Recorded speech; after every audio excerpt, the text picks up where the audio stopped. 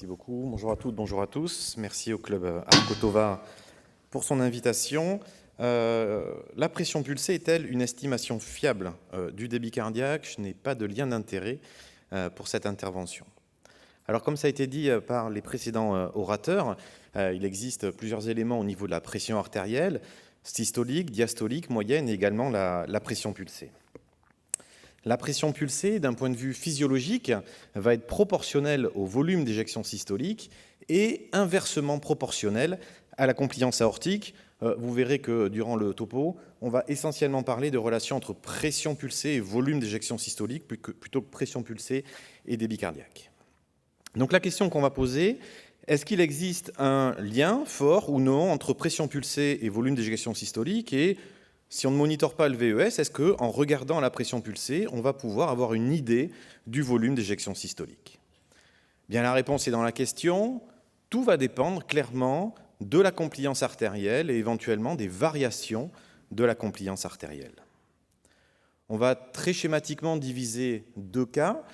Un, la valeur absolue de pression pulsée sur un événement aigu, et dans un deuxième cas, des variations de pression pulsée au cours de manœuvres dynamiques.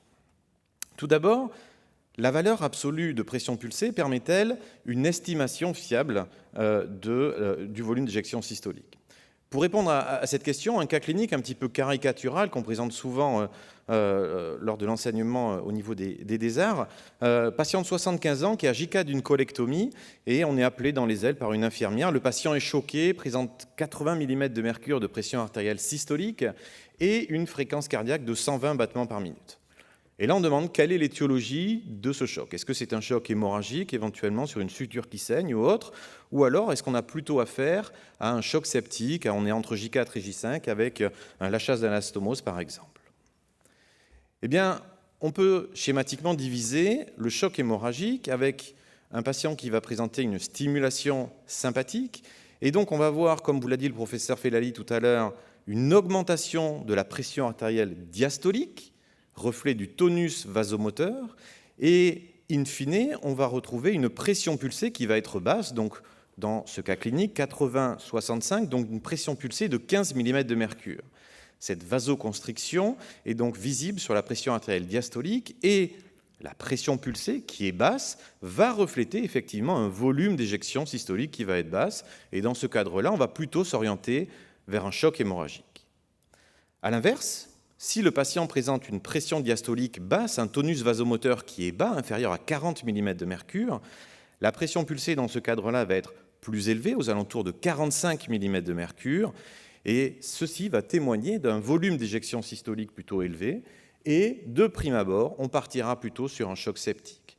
C'est un cas clinique qui est relativement caricatural, mais pour essayer d'illustrer un propos, pour dire que dans le cadre d'événements aigu, la valeur absolue de la pression pulsée peut nous aider, peut nous orienter sur la valeur du volume d'éjection systolique. Qu'en est-il des variations de la pression pulsée? En d'autres termes, est-ce que les variations de pression pulsée peuvent me renseigner sur les variations du volume d'éjection systolique? Alors, ça dépend quand, en fait.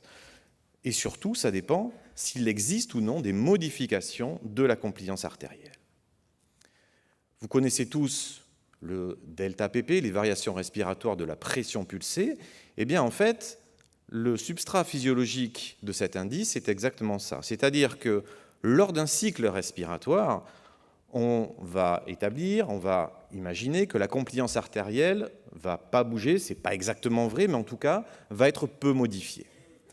Et les variations respiratoires de la pression pulsée, dans ce cadre-là, ont comme seul but d'évaluer en fait les variations respiratoires du volume d'éjection systolique. Et plus ces variations respiratoires du volume d'éjection systolique seront importantes, plus le patient sera susceptible de répondre à une expansion volumique. En tout cas, il existe une relation claire sur un cycle respiratoire entre les variations de pression pulsée, d'une part, et les variations respiratoires du volume d'éjection systolique. Donc là, on est sur un temps qui est relativement court, avec une variation très faible de la compliance artérielle.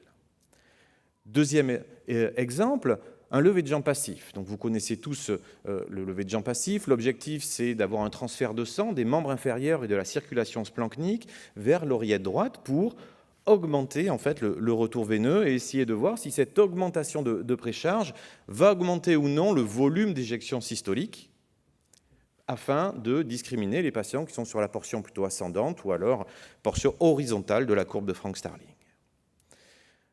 Alors, normalement, ce qu'il faut faire durant un lever de jambe passif, c'est regarder les variations de volume d'éjection systolique. Et c'est cet indice-là, ces variations de volume d'éjection systolique durant un lever de jambe passif, qui vont permettre de prédire ou non les patients qui vont répondre.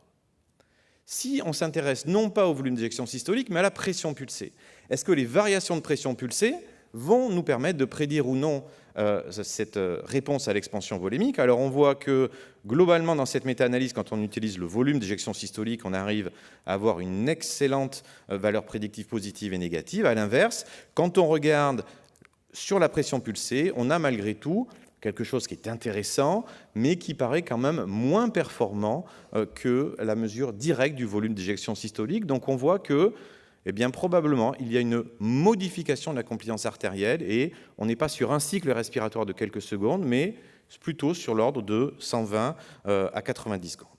Donc pour le lever de jambe passif, moyennement. Deux autres questions que l'on va se poser. La première, c'est le remplissage vasculaire.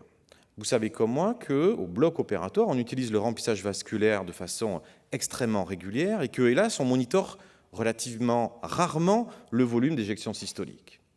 Donc, ce qui pourrait nous aider beaucoup, c'est d'avoir des éléments sur la courbe de pression artérielle qui permettent eh bien, de connaître ces variations de volume d'éjection systolique. Dans ce travail publié en 2011, qui a inclus 228 patients qui bénéficiaient d'une expansion volémique, les auteurs se sont intéressés à regarder la relation qui existe entre les variations du débit cardiaque induites par l'expansion volémique et les variations de pression pulsée. En d'autres termes, si j'ai ma pression pulsée qui augmente après un remplissage vasculaire, est-ce que ça veut dire que mon patient a répondu au remplissage vasculaire et est-ce que je peux m'affranchir d'une mesure du volume d'éjection systolique? Eh bien, la réponse est clairement non. Vous voyez qu'on a un nuage de points avec une énorme variabilité au niveau des patients, avec certains patients qui augmentent leur débit cardiaque sans augmenter leur pression pulsée, d'autres qui montent leur pression pulsée sans du tout augmenter leur débit cardiaque. Donc, en pratique, on ne peut pas utiliser ces variations de pression pulsée pour essayer d'approcher les variations du volume d'éjection systolique. Cette étude-là avait une deuxième partie qui s'intéressait à l'administration, alors soit l'augmentation, soit l'administration de vasopresseurs, et c'était de la noradrénaline. 145 patients ont été inclus. Là aussi, les auteurs ont regardé les relations qui existaient entre les variations du débit cardiaque et les variations de pression pulsée induites par ce vasopresseur. Là aussi, la réponse est sans appel. On voit qu'il n'y a strictement aucune relation entre les variations de la pression pulsée et les variations du débit cardiaque induites par l'administration de noradrénaline. Évidemment, on a vu au niveau de la compliance artérielle qu'il devait y avoir des modifications importantes. Donc, le message pour conclure, c'est que est-ce que la pression pulsée peut estimer le débit cardiaque ou le volume d'éjection systolique?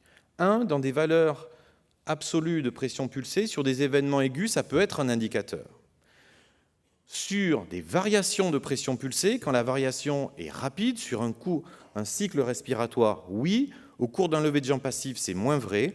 En tout cas, lors d'un remplissage vasculaire de 15 à 20 minutes et également lors de l'administration de noradrénaline, on ne peut pas se fier aux variations de pression pulsée pour estimer les variations du volume d'éjection systolique. Et je vous remercie de votre attention.